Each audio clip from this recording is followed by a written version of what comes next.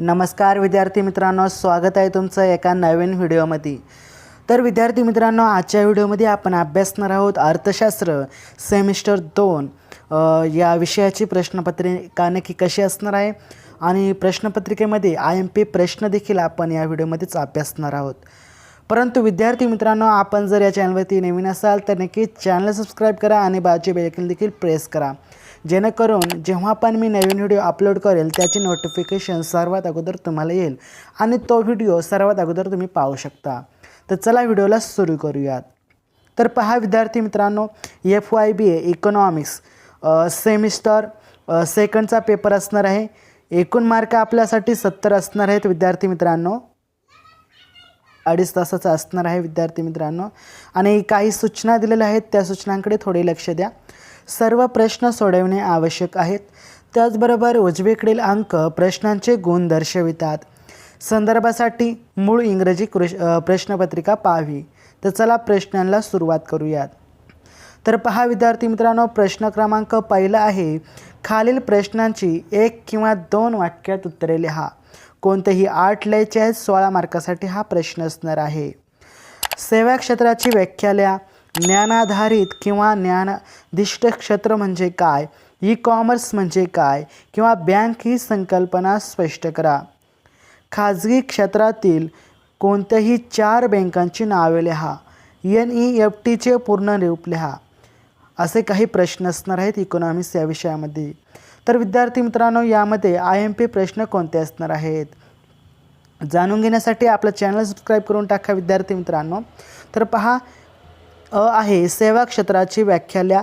त्याचबरोबर ई-कॉमर्स म्हणजे काय? बँक ही संकल्पना स्पष्ट करा। त्याचबरोबर खाजगी क्षेत्रातील कोणत्याही 4 बँकांची नावे लिहा आणि NEFTचे पूर्ण रूप लिहा। म्हणजे एकूणच 5 प्रश्न असणार आहेत IMP प्रश्न। पहा विद्यार्थी मित्रांनो, हे लिहून घ्या, हे खूप महत्त्वाचे प्रश्न असणार आहेत। चला पुढे पाहूयात। व्याख्या लिहा दारिद्र्याची। छुपी किंवा प्रच्छन्न बेकारी आहे ती स्पष्ट करायची आहे। 2 कृषी विकास योजनांची नावे लिहायची आहेत। आयुर्विमा किंवा जीवन विमा म्हणजे काय हे लिहायचं आहे। तर विद्यार्थी मित्रांनो, दारिद्र्याची व्याख्या आणि छुपी किंवा प्रच्छन्न बेरोजगारी हे 2 + 5 = 7 म्हणजे 7 प्रश्न तुमचे IMP असणार आहेत। हे प्रश्न विचारले जातील पेपरला। पाहूयात। तर प्रश्न क्रमांक 2 आहे विद्यार्थी मित्रांनो। पहा, प्रश्न क्रमांक 2 हा अतिशय इम्पॉर्टंट असणार आहे। खालील प्रश्नांची प्रत्येकी 50 शब्दामध्ये उत्तर लिहायचे आहेत। कोणतेही 4 लिहायचे आहेत। 16 मार्कासाठी हा प्रश्न असणार आहे। ज्ञानाधिष्ठित क्षेत्राची वैशिष्ट्य स्पष्ट करा। विम्याची संकल्पना आणि त्याचे प्रकार स्पष्ट करा। मुदत ठेव खात्याविषयी माहिती लिहा। डेबिट कार्ड यावर थोडक्यात टिप लिहायचे आहे। मेक इन इंडिया याविषयी थोडक्यात माहिती। त्याचबरोबर बेरोजगारीची कारणे स्पष्ट करायची आहेत। तर विद्यार्थी मित्रांनो, IMP प्रश्न असणार आहेत। विम्याची संकल्पना आणि त्याचे प्रकार स्पष्ट करा। मुदत ठेव खात्याविषयी माहिती लिहा। त्याचबरोबर मेक इन इंडिया आणि बेरोजगारीची कारणे असे 4 हे IMP प्रश्न आपल्यासाठी असणार आहेत। पहा, IMP प्रश्न अतिशय इम्पॉर्टंट असणार आहेत, त्यामुळे लिहून घेण्याचा प्रयत्न करा। त्यानंतर प्रश्न क्रमांक 3 हा देखील खालील प्रश्नांची प्रत्येकी 100 शब्दामध्ये उत्तर लिहायचे आहेत। कोणतेही 3 लिहायचे आहेत। 18 मार्कासाठी हा प्रश्न असणार आहे। भारतातील शिक्षण क्षेत्रासमोरील आव्हाने कोणती ती लिहा। व्यापारी बँकांची प्राथमिक कार्य कोणते आहेत ते लिहायचे आहेत। भारतातील दारिद्र्याची कारणे स्पष्ट करा आणि प्रधानमंत्री जनधन योजना याची चर्चा करायला सांगितलेली आहे। तर विद्यार्थी मित्रांनो, यापैकी IMP प्रश्न असणार आहेत।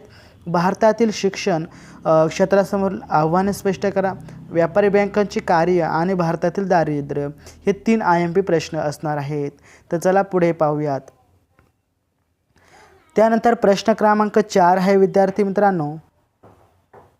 क्रमांक 4 पहा, खालील प्रश्नांचे प्रत्येकी 200 शब्दामध्ये उत्तर लिहायचे आहेत। कोणतेही 2 लिहायचे आहेत। 20 मार्कासाठी असणार आहेत।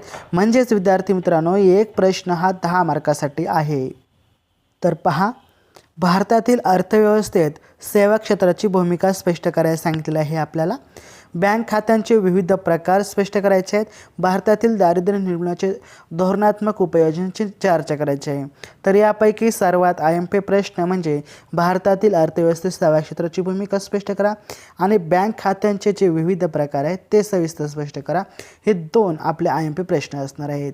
विद्यार्थी मित्रांनो, एक लक्षात ठेवायचा प्रयत्न करा, जी मी क्वेश्चन पेपर सॅम्पलमध्ये दाखवतो त्यामधील 50% एक्झामला क्वेश्चन विचारले जातात आणि 50% क्वेश्चन हे ते न्यू असतात. त्यामुळे पासिंगपुरता जरी याच्यावरती अभ्यास केला तरी तुम्ही पास होऊ शकता. तर विद्यार्थी मित्रांनो, कोणताही काही प्रॉब्लेम असतील तर नक्कीच कमेंट बॉक्समध्ये सांगा. मी त्याविषयी नक्की तुम्हाला उत्तर देण्याचा प्रयत्न करेल. तर आपण भेटूया पुढच्या व्हिडिओमध्ये. तोपर्यंत चॅनलला सबस्क्राईब करून टाका आणि बाजूचे बेल आयकॉन देखील प्रेस करा. तर चला भेटूया आपण पुढच्या व्हिडिओमध्ये. जय हिंद, जय महाराष्ट्र.